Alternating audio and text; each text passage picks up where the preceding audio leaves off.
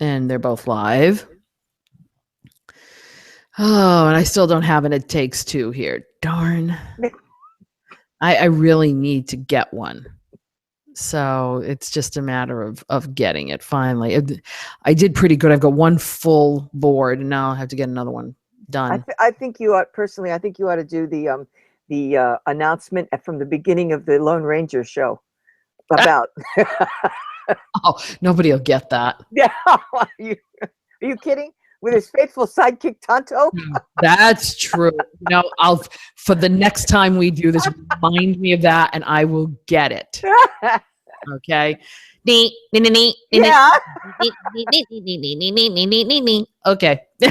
See how punchy I am? I'm even actually singing live, and I don't care. All right, here we go. In 3, God help us. 2, 1.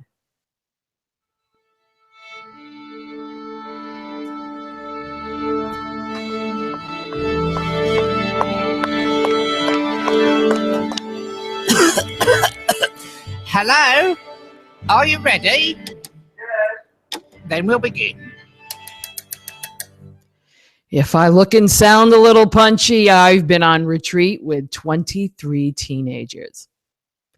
Think about that for a moment while I try to get my act together and we start this show. This is Monday Morning Catholic, episode number 105.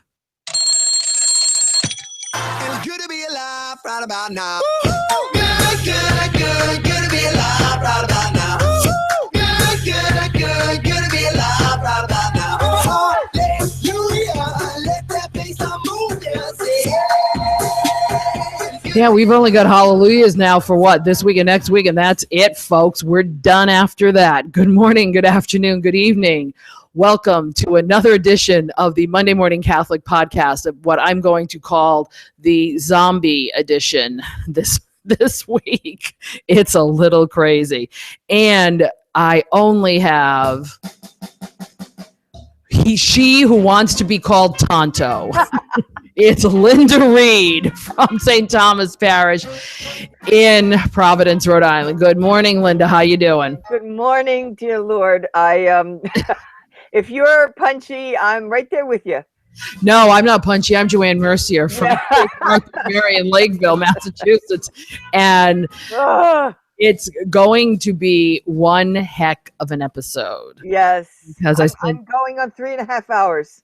Well, see, again, let us break down the fourth wall and tell people that while this show comes out on Monday morning, and God bless us that we do that, we record on Sunday. Yes. So I came screaming in from Retreat Central out by Cape Cod, for those of you who know where Cape Cod is in Massachusetts, and called Linda, woke her from her midnight nap here and got her up to come and do this with me so I could go to sleep.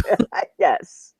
It's been a rough weekend for us both. Yes. Linda, tell our friends what you were doing on Saturday night. We were my husband's, my daughter-in-law and I were throwing a surprise party for my son's birthday. There you go. We were trying to keep it a secret and doing kinds of machinations. Really?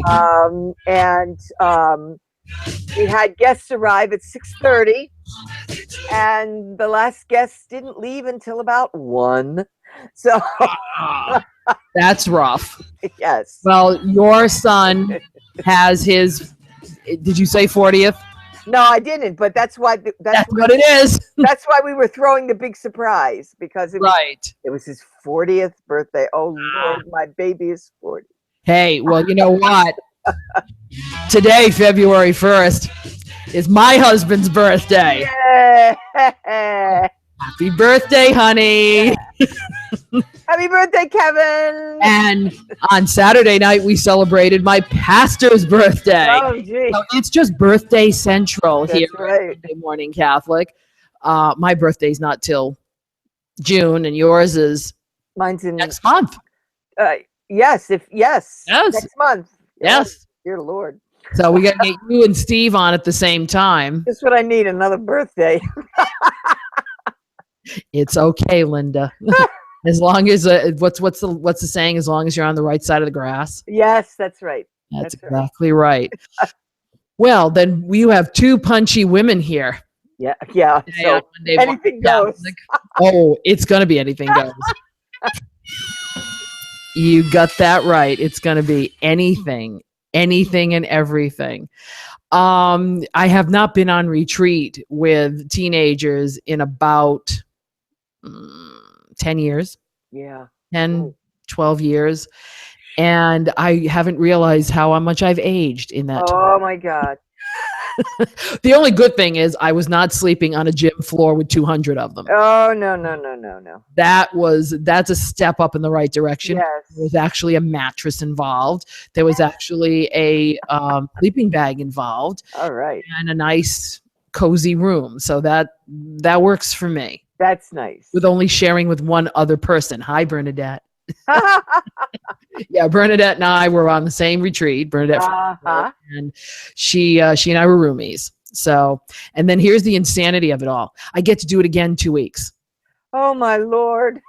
Well, because I had our retreat director likes to take a certain amount, and I don't blame her, because any more it gets unruly, any less it gets no one wants to talk.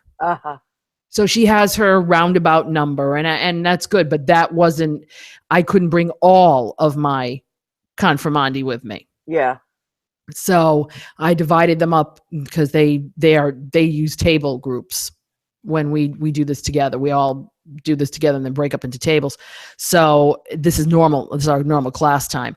So I took 2 tables on this one and taking 1 table on the next one.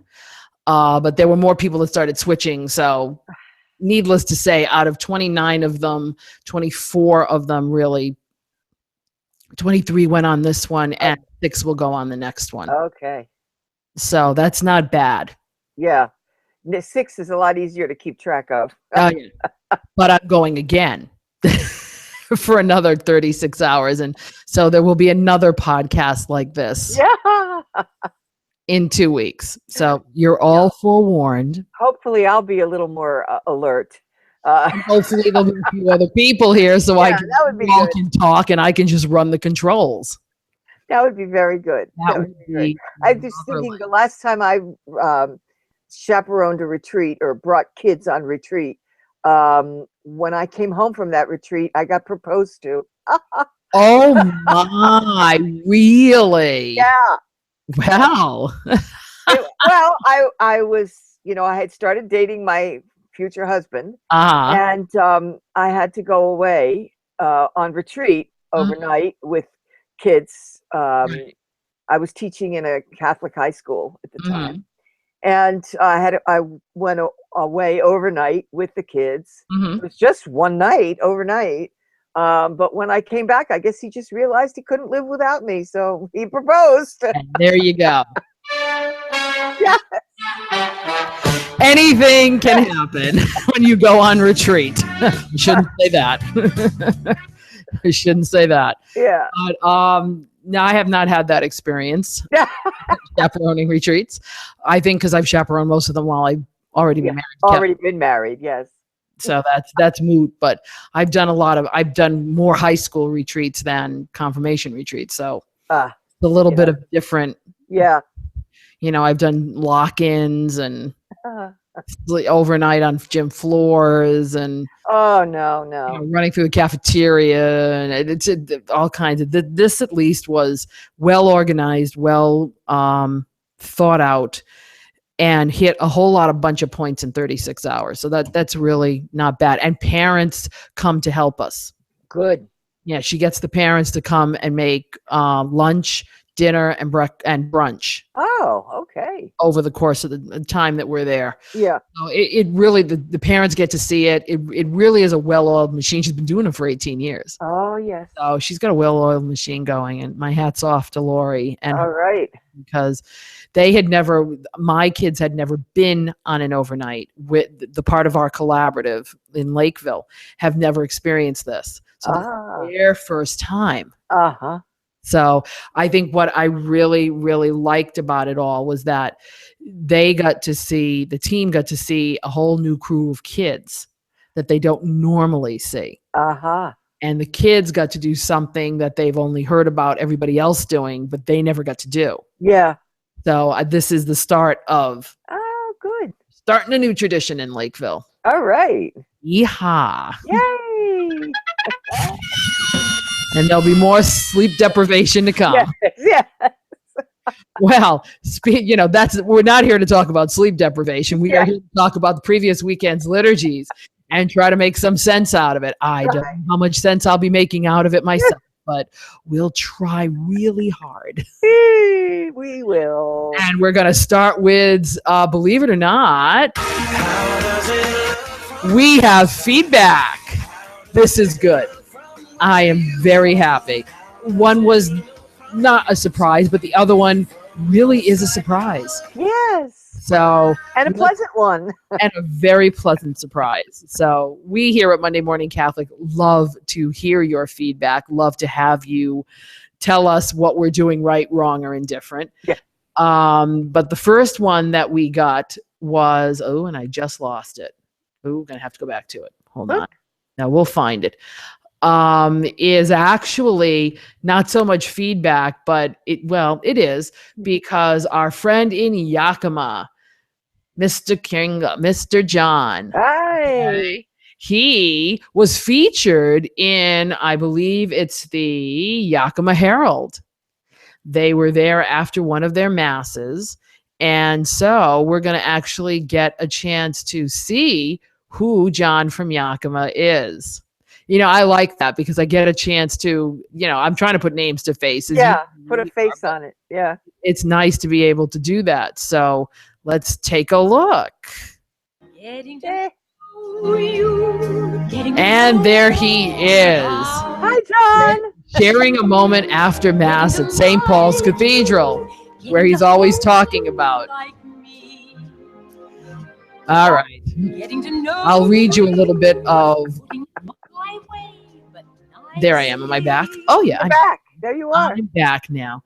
Let's read a little bit of this. What was going on? I have a feeling. Let's see what it was. All right. Every Sunday after the 9 a.m. Mass at St. Paul's Cathedral, a group of parishioners informally gathers and heads out to a local restaurant for breakfast. Now, that's a different take on the coffee and. Yeah. Okay. This is coffee and up a step. Yes. It's kicked up a notch. As go out and buy your own coffee and. Exactly. But I think this kind of a thing can be it's just as good as sitting around the parish hall. You get a better meal out of it too. And nobody has to cook. We actually used to do that too when our kids were younger, and we used to gather after Mass. Mm-hmm. Either at a local spot for breakfast or at one another's houses. Well, it seems our friend John from Yakima is also the parish council president. Oh, okay. We're learning lots of stuff here. And he says he's a relatively new member of the breakfast group. He explains they're never at a loss for conversation, but shy away from polemics, instead discussing church events, LaSalle High School sports, and activities outside church. One of those activities for 9 members of this breakfast club will be a cruise to Panama later in the spring. Whoa. Now, this group, they go out to breakfast. They're going to Panama. They've also been to Alaska. Wow. So basically what you're looking at is a pretty informal, small Christian community. Yeah. Which is a wonderful thing. That sounds really nice. It works for me. So you get to see who John is, and you get to hear a little bit about what they're doing out there at St. Paul's in Yakima. So Thank you, John, for sending that to us. We enjoyed that. Again, we love to put the names to the faces. It was nice to meet you, John. Yes. See, now we know what you look like. You've always known what we look like, good, bad, or indifferent. Yeah. Now, the second one that we got popped up this morning while in the middle of my sleep deprivation. I found Amy from, let's see if I can find exactly, does she say where in Minnesota she's from? No, but she says she does live in Minnesota. So I'm just going to be Amy from Minnesota. Yeah. Okay. And we love you. We have Amy from Minnesota. There is a picture of her here, but it's on her Facebook page, and I'm not about to make that public. Again, that's fine. No promises. But she has a blog called, hurry up, Surrendering Me. Okay. And that's at surrenderingme.com. Okay. We'll plug that. And in her blog for January 30th, she's been saying how much she is a faithful and regular listener of podcasts. And she put out a couple of them on her blog. And guess what? We made the cut. We made the cut. We made the cut, believe it or not. Although her first one was The Adventures in Imperfect Living, which is, our friends Greg and Jennifer, formerly known as the Catholics Next Door. Yes. And then of course, Word on Fire came next. Of course. Bishop Barron. What else? It's got to be Bishop Barron. Now, Catholic Answers Live. Okay, I'll give it to you. The Catholic Guy Show. Okay, so all right. Do I have to let Lino Rulli rate before us? Really? Didn't she say she put these out in no particular order? Yeah, I know she did. That's why I'm kind of messing with it. I'm just messing with it because I can. Let me tell you. The Word. Now, I've never heard of this one, so I now have to go look it up. The Word on the Hill, also known as the Lanky Guys. Oh, I've never heard of that one. I have never heard this. They have these two take all 4 readings from the weekly Sunday liturgy and explain why they are all together. Oh. They must be biblical scholars. Must be. Yes, must be. Hold on, I'm trying to get more sunlight in here. Because whoops. Told you this is more sunlight. There you go. This is going to be an off the rails show. Believe it or not, it's just going to keep going. Because you don't want to know what it looks like in here now that I just did that. So stand up. So, all right. So I've got to go check that podcast out. All right. Then it's us. And here is what she says. Quote, the folks at Monday Morning Catholic bring together a collection of homilies from the past Sunday from different presiders and compare notes. They are based on the East Coast, and since I'm in Minnesota, where most is said by what's not being said. Ooh, didn't know that. I find their direct style and ability to, at times, disagree, but do so respectfully, a wonderful breath of fresh air. Thank you. We do try to be respectful, that's for sure. Yes, we do, of each other and the topics. That is definite. I just love hearing them talk and picture them as aunties who would sit me down and lovingly give the what for, followed by a hug, and then some food. Yes, exactly. Okay. Amy, we love it.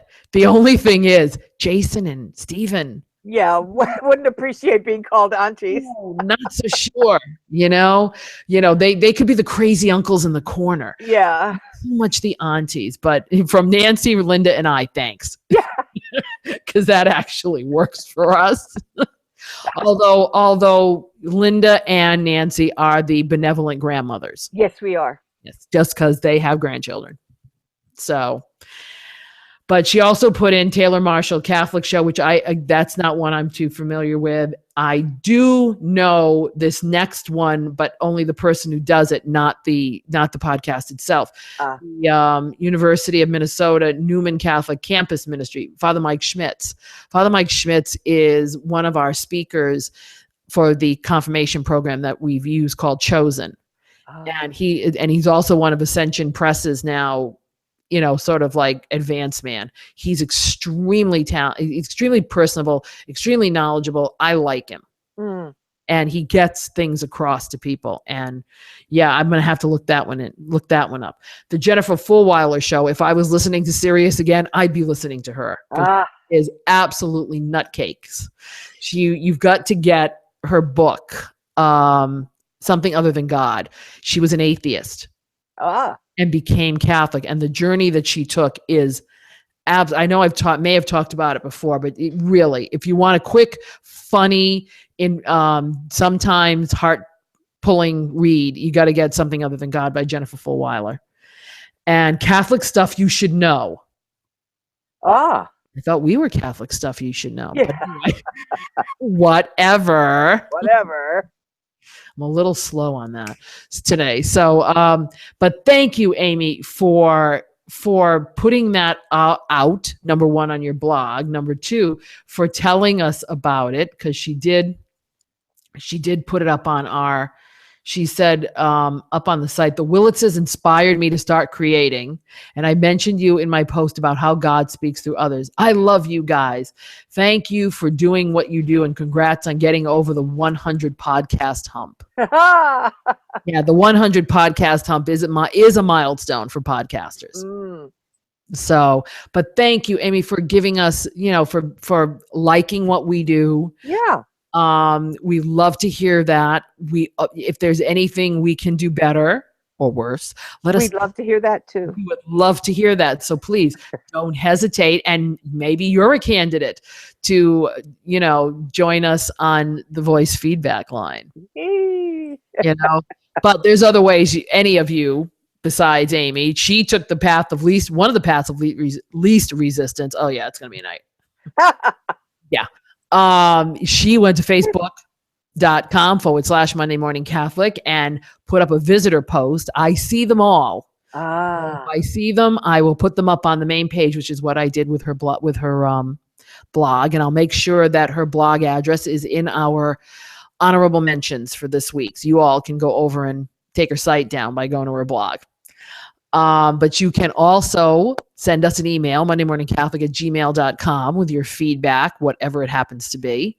You can put it on our website, mondaymorningcatholic.net, in the comment box, or use that voice feedback line, 774-955-0659. And I'd love to hear voices, and then send a picture so that I can just kind of, taunt me a little with what you really look like. But we do the video portion of the show so we can actually just, show everybody what we look like, even when we're running off our face at this point. All right. So before I fall asleep, let us get to the business at hand. Okay. You hear what I hear. Do you hear what I hear? For the fourth Sunday in Ordinary Time, one more Alleluia Sunday to go. That's it. One more. Stick it in the box and put it away. All right. I know even on my retreat, we used the same readings. We didn't do anything different. So at least Linda and I heard the same readings this weekend. Yeah. Some of you might be doing some other things in your parishes. I know one place was at Scout Sunday. This week or next week. They've got to get it in before Lent, because Lent, Scout Sunday after Lent is no fun. Yeah. So, but those things might be coming up, and some things may be changing. But for our first reading this past week, we had Jeremiah 1. Yeah. And we're not talking the bullfrog here. No. Jeremiah. I had no time to get that clip together. Because I really have to have it. Because every time now we're doing the Bible this year in Generations of Faith. So every time I've come up with Jeremiah, I get a chorus of "was a bullfrog." Yeah. I get everybody doing that. But this is the famous Jeremiah quote, which you've probably seen, probably attached to pro-life a lot, where we have been known before we were born, before we were in our mother's womb. It's one of the two that is used, this Jeremiah, and of course Psalm 139. Yeah. Gee, she still got it. Brain is still working. It's just that I've been working with psalmody for so long, it's all imprinted. Right now everything is a jumble. Yeah. I've worked with a lot of psalmody too. I've worked with it's just not happening. But the psalm we had this past weekend was 71. I will sing of your salvation. Now, which is an odd psalm. It doesn't. it occurs once in 3 years. Mm-hmm. And David Haas has a lovely version of it. And isn't that the one we used? It is. Ding, ding, ding, ding, ding. Yes, we did. Thank you, David. Well, I'm sorry I wasn't there to hear it. It's one of my favorites. Yeah, it's very nice. With a teen retreat, if you can get them to sing the opening, the closing, and maybe something at communion with a few acclamations thrown in, you're good. You're good. Yeah. Wasn't happening. So, but one of our confirmandi proclaimed it quite nicely. Oh, good. So it wasn't one of those. Yeah. Okay, so that's good news. 1 Corinthians 12 and 13. The wedding reading. Yes, the one that we all know. No, not quite. Not quite. All right. But and believe it or not, I did not have that at my wedding. Did not have 1 Corinthians 13. Actually, neither did I. All right. Good for us. That's 2. You have to remember I was marrying a scripture scholar. So what was your second reading? We had some fairly obscure readings. That you don't even remember. Yeah, right. I do not even remember it. Well, if I was speaking to Protestants right now, it would be we had my life verse. Oh, okay. Which is Romans 8:31. Romans 8, yeah. Okay. 8:31. If God is for us, who can be against us? So that's what I used for my second reading, not this lovely thing that we hear all the time. Yes, we do. And I'm not, I'm not criticizing them for using it. It's, not at all. It's their wedding and they only hear it once. No. So but when you can start to recite it. Yes. There are 2 things I can recite sometimes by memory. This one and the souls of the just are in the hands of God. Yes. Don't touch them. Wisdom 3. It depends on whether you do more weddings or funerals. Exactly. Yeah. Okay. So it was all about love. All about this weekend. And our gospel, was the continuation of last week's, Luke 4. And as Paul Harvey, rest his soul, would say, the rest of the story. Yes. Which is what happens afterwards. They want to go throw him off a cliff somewhere because they're like, oh, he can't be who he said. Well, how can he say this? Blah. So it was interesting. I don't think the kids got that at all. Father kind of focused back in on love. Love, yeah. Love category. How did you do? Actually, we got a lot of we got the second and the gospel kind of intertwined. Okay, so and just as an aside, this was our weekend for marriage prep. Oh, well, how appropriate. Yes. So we had 25 couples. This was at the 8:30 mass. We had 25 couples, who were getting ready to go downstairs and do their marriage prep. Nice. And some interesting couples, I gotta say. Okay. But at any rate. All right. Yeah. So what did our father said? Our Father John. See, we have Father John in Providence and Father John in Lakeville. Yes. So, Yes. What did Father John in Providence have to say? Father John in Providence began with the quotation, "Love is patient, love is kind, love is not jealous, love rejoices with the truth." What a perfect reading for this weekend as we welcome to our parish community 25 engaged couples who will be attending our marriage preparation class. The love that St. Paul speaks of in our second reading is rooted in the sacrificial love that Jesus has for us. It is a love that puts the needs of others before our own. It indeed is the love that married couples are called to have, and in reality, that all of us are called to have.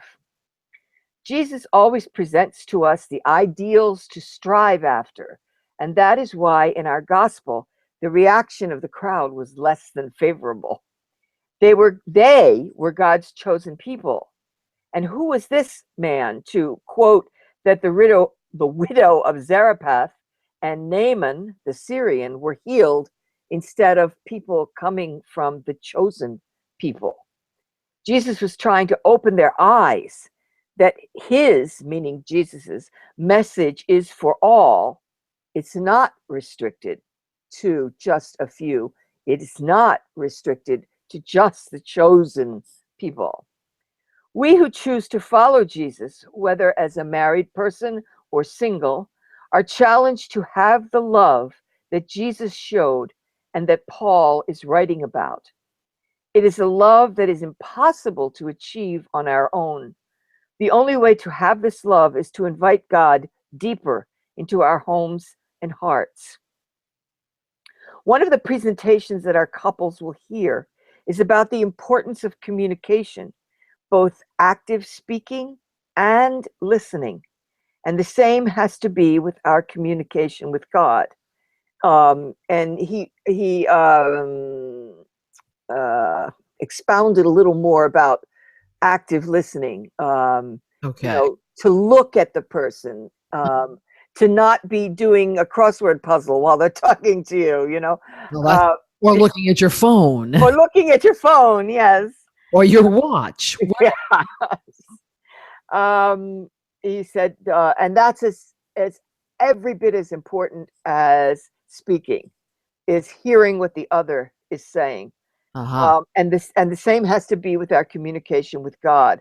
We love to do all the talking and hope that God is listening. We love to tell God what we need for ourselves, what we need for our friends, what we need for anybody else that asks us.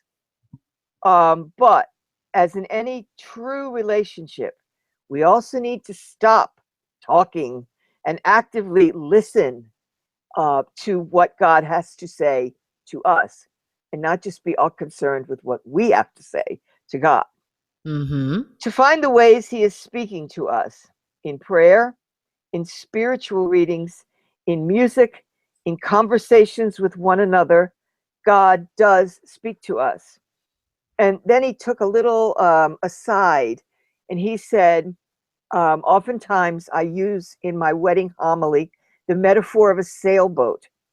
He said, when you see the sailboat coming down the river, he said, it looks so beautiful and peaceful, sailing along. And he said, you just picture everybody involved in that sail as being very serene and happy.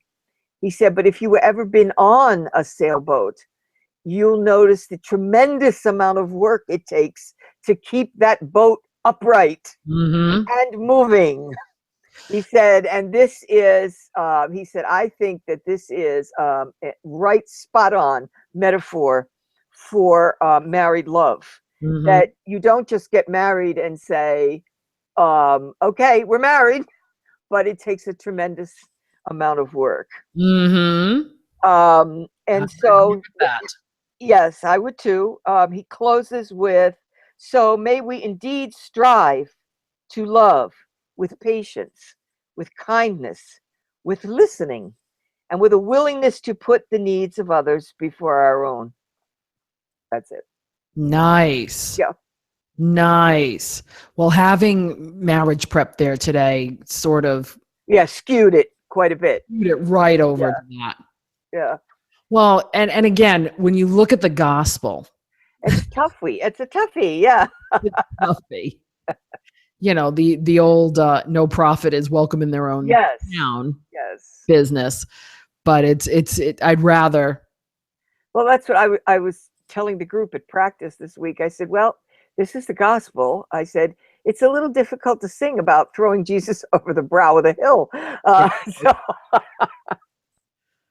Well, I was going to say, you know, there is drop Jesus with gold path of life. That's a real song, folks. Go look it up. Yes.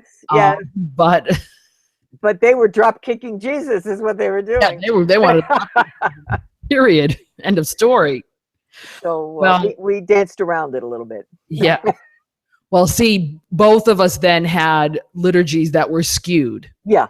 Yeah. Okay, this wasn't just a Sunday morning. Back in Lakeville, they were having they got out of listening to the drop kicking Jesus somewhere and ended up with what they should have had last week, which was the vine and the branches. See, did right. the whole thing with a vine and branches because we were studying the synoptic gospels and John last month. So we did the whole thing about being the vine and the branches. So we had to bring a vine up. Oh, yes. Our vine with our lovely branches and leaves, and brought it upstairs so that our associate, Father Mark, could, and of course, in this time of year, in ordinary time, you can swap out readings, if you need to. And that was the one we chose. We chose to swap that one out. We figured the love is patient. And so this week, love is patient, love is kind had to work with the vine and the branches. I'm sure he did a great job. Yeah, I'm sure he did. I'm sure he did a wonderful job. I was listening to our pastor, who now is with 24 teenagers and team. Talk about skewed. Right. And one of the things that's very skewed. And one of the things that they do on the retreat is that he takes questions from the kids and works it into his homily. So they can ask anything they want. Yeah. It's usually about the Mass though. So we got a question on the colors. Oh, yeah. That always, always want to know about the colors. We got a question on who are those other people giving out communion. Oh. And how do you become one? Oh, interesting. That's a great question. How many other questions? It was like 3 or 4 more, and I'm struggling to try to. Those are the 2 that stuck out to me. I'm trying to remember what the others were. And so he has to take those and he has to work them in. Yeah. So he went straight to the second reading. Yeah. And got in with the love is patient, love is kind. And kind of wrapped it all up in a bow. Yeah. Again, I thought about listening to it on the way home. I knew I was going to see if I could transcribe it. Not happening. Yeah. Just way too tired. So, but again, this is what the gentleman priest will do. Our Father John in Providence had all these people, so that was easy enough to skew that way. My Father John in Lakeville had his confirmation kids, skewed it that way. Any other place probably had a straight. I would love to hear, and this is where you all can come in. Okay, I would love to hear if you had a pastor or deacon who actually preached on the gospel. Yeah. And what did they say? So that's your assignment, boys and girls. If you were at a parish this past weekend, and they actually preached on that gospel, send it to us. Okay? Because we would like to hear that. I haven't heard a homily on that in a long time. Everybody seems to skirt it. Now, our Father John worked it into the second reading. Yeah. But it was couched in the second. The homily as a whole was couched in the second reading. Yeah, my pastor did too. He touched a little on it, but then got out of it quickly. Because it's like, what do you do? These teenagers don't want to hear that. Yeah, they don't understand what that means. They're still trying to understand whether or not they should be having a personal relationship with Jesus. Yeah. So, now they're seeing people want to throw them off a cliff. Yeah, right. That's not exactly a ringing endorsement for wanting to, follow Jesus. So right off the cliff. Right off the cliff. Well, no one said it would be easy. Now, what did? Yeah, nope, they never did. So, folks, if you had a pastor that did that did preach on that gospel, send it to us. Yeah. And I'll give you all that information again at the end of the podcast. All right. Voice of the people. Here we go. Oops. And I knew when I put this up that this would happen, because it was definitely a music issue. Yes. Dealt with, Oh, yes.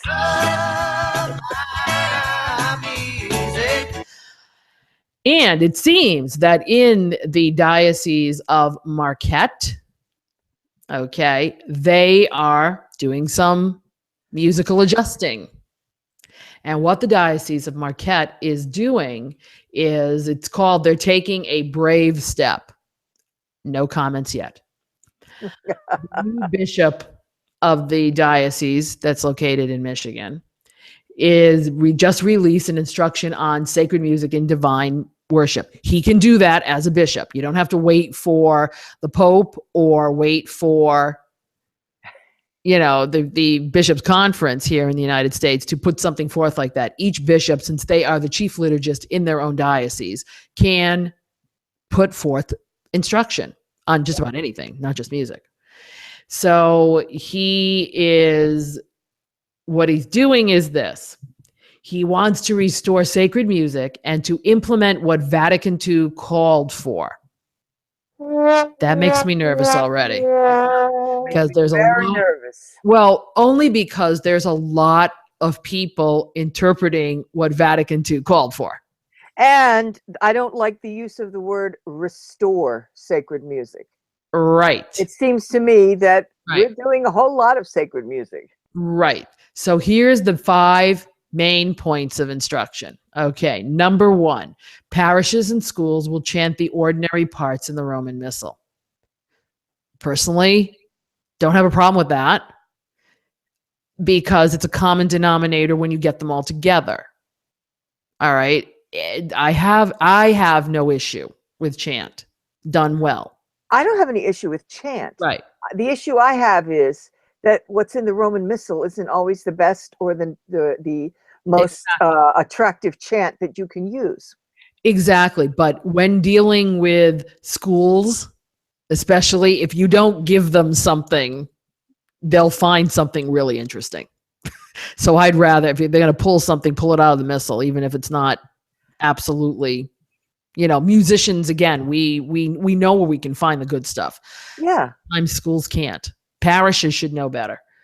Well, some musicians in parishes should know better. Well, I'm the musician in the parish, but I also choose what acclamations the school sings. Right. Well, that's not always that to a teacher.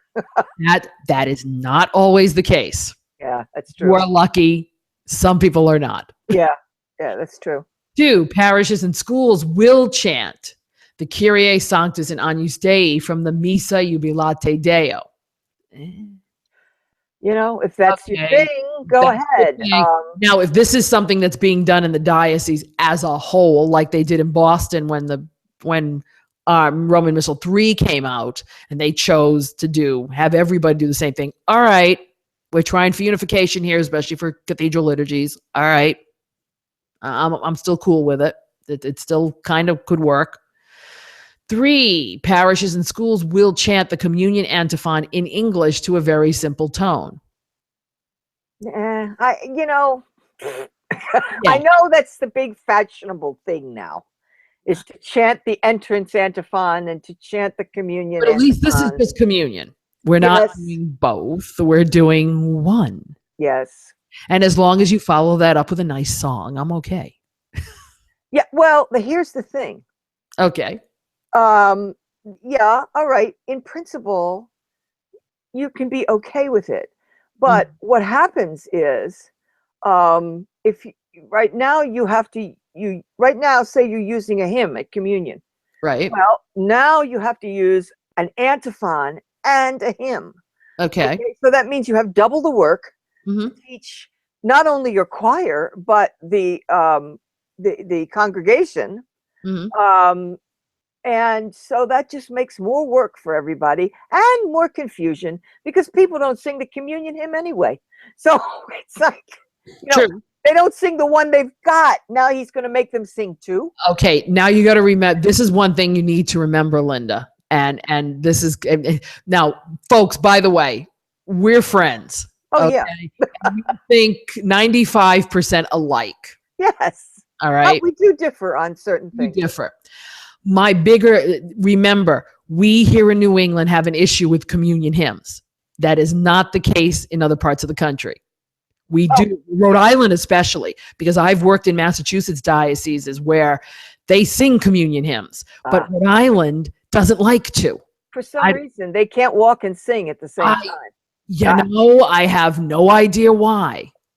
I don't know either. But I'm just using that, as a thing. I have taken lots of time since the 3rd edition of the Roman Missal came out. Mm-hmm. I have taken lots of time to teach the choir and the assembly acclamations. Right. Okay. Now, if I've got to throw a Latin one in the mix there, which chances are we won't use much. Right. It just is, it just makes extra work for very little return is all I'm thinking. And I'm going by what my parish sings. Right. And I think that you as the parish musician have that. That's part of your... I go by what my parish sings. Right. All right. Moving on here. Now, this is the 5% we disagree on. Okay. Number 4, a diocesan hymnal will be used to ensure the musical quality and doctrinal integrity. Taking those 2 pieces out for 1 second. Okay. I don't have an issue with a diocesan hymnal, and I've been screaming for a national hymnal for years. Yes, I know. Because I just think that our big three composing houses have not served us as well as they could. Everybody, there's room for improvement. That's my issue. There's room for improvement everywhere. But there's a lot to be said for the unity of a diocesan, if not a national hymnal. Right, but here's my big butt. Oh, watch out! Which is always with me. Okay, but I can't.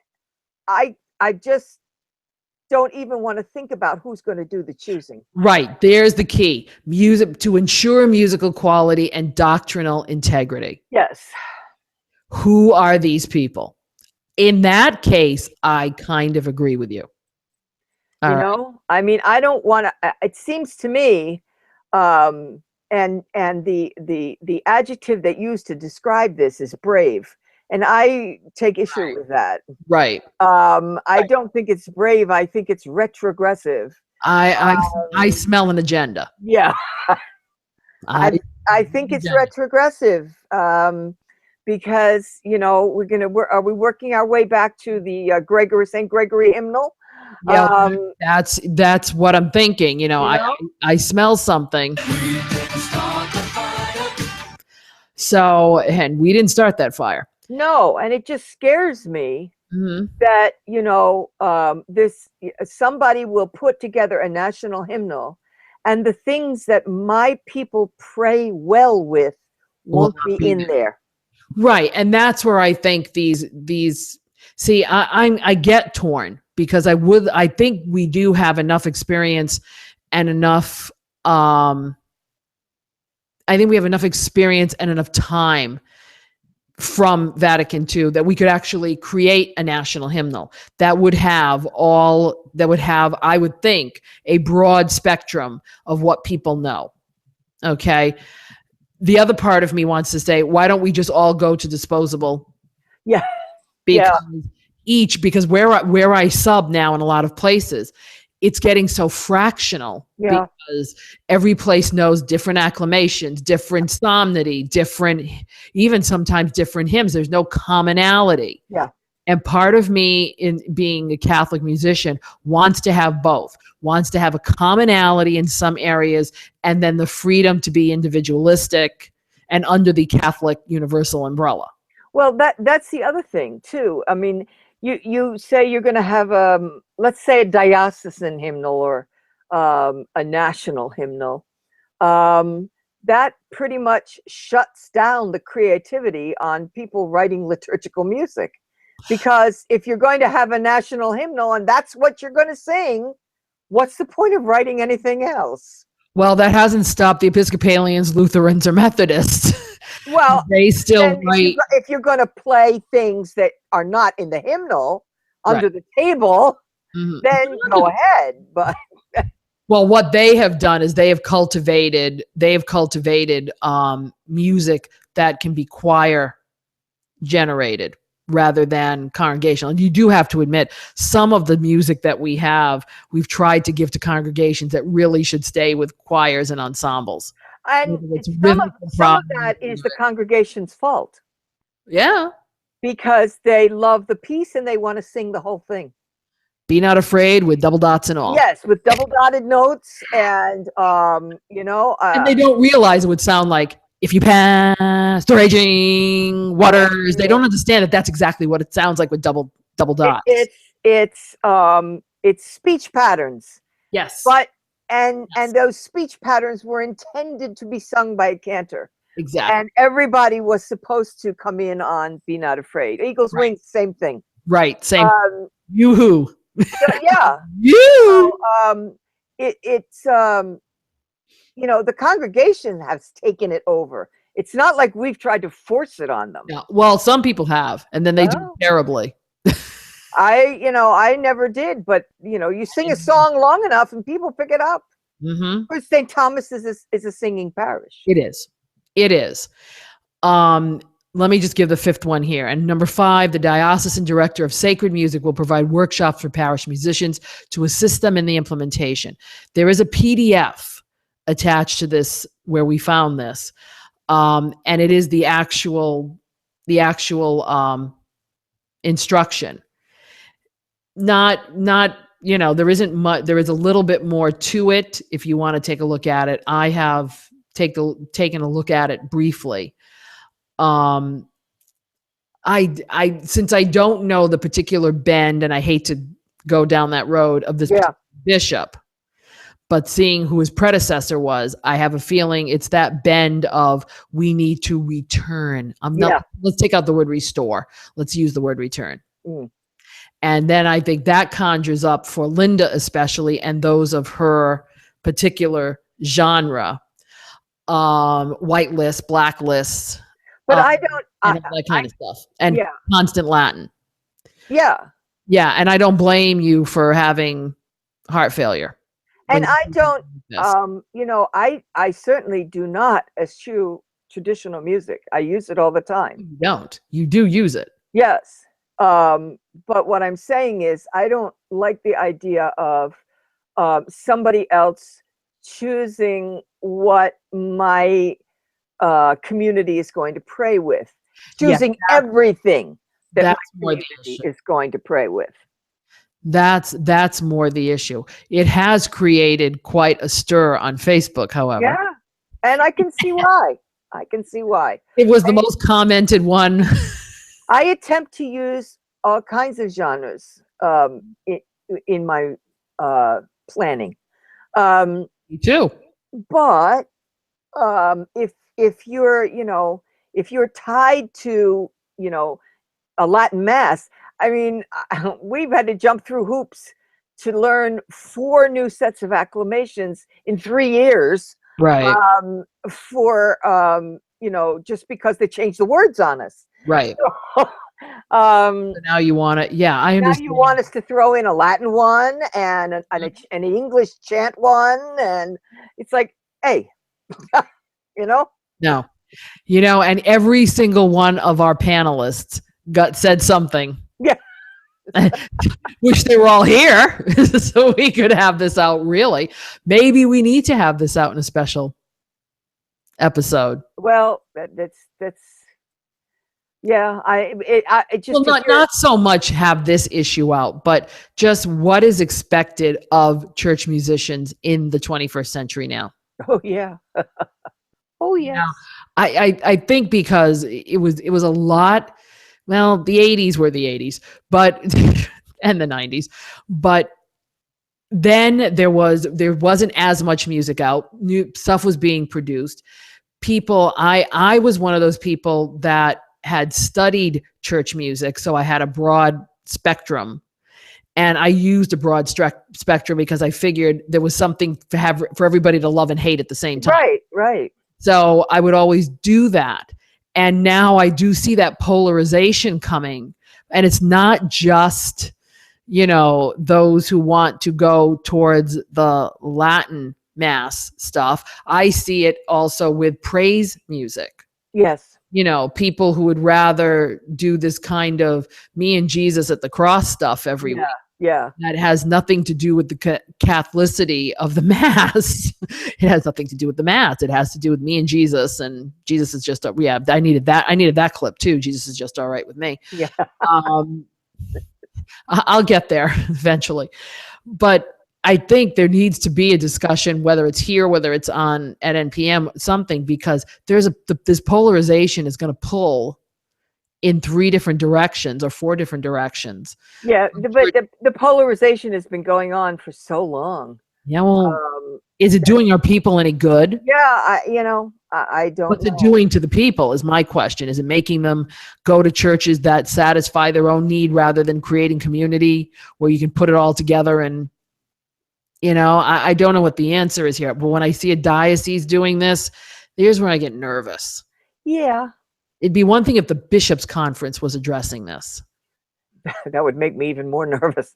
Yeah, but see, at least in the bishops' conference, you have how many dioceses with how many different bishops, and they're going to try. Yes, sometimes they can't agree on go to lunch, but I'm sorry, guys, don't mean it. But it's one of those things where at least there'd be more discussion, more thought. This is just coming top down. Yeah, that's true. Okay, so that's why I say if it was our bishops' conference talking about all this, all right, that's one thing. But this is a bishop in a diocese who is now saying this is the direction we are going to go into, whether or not anybody else wants to. And yes, sometimes you do have to look at pieces for doctrinal integrity because there have been some slip-ups. Well, you do, yeah. But I think a good musician trained, I'm not saying in doing this can never, can eliminate them or not bring them into their parish situation. I'm not saying that hymns should not be screened for quality and theological content. I definitely think they should be. Your hymns have been screened for quality content. Yes. Jeez. Oh God, I'm punchy. I start to do that. So what? So Linda and I aren't going to, we're not going to fix this. No. We're bringing it to your attention again, and we would love to hear from our musician friends out there. You know who you are.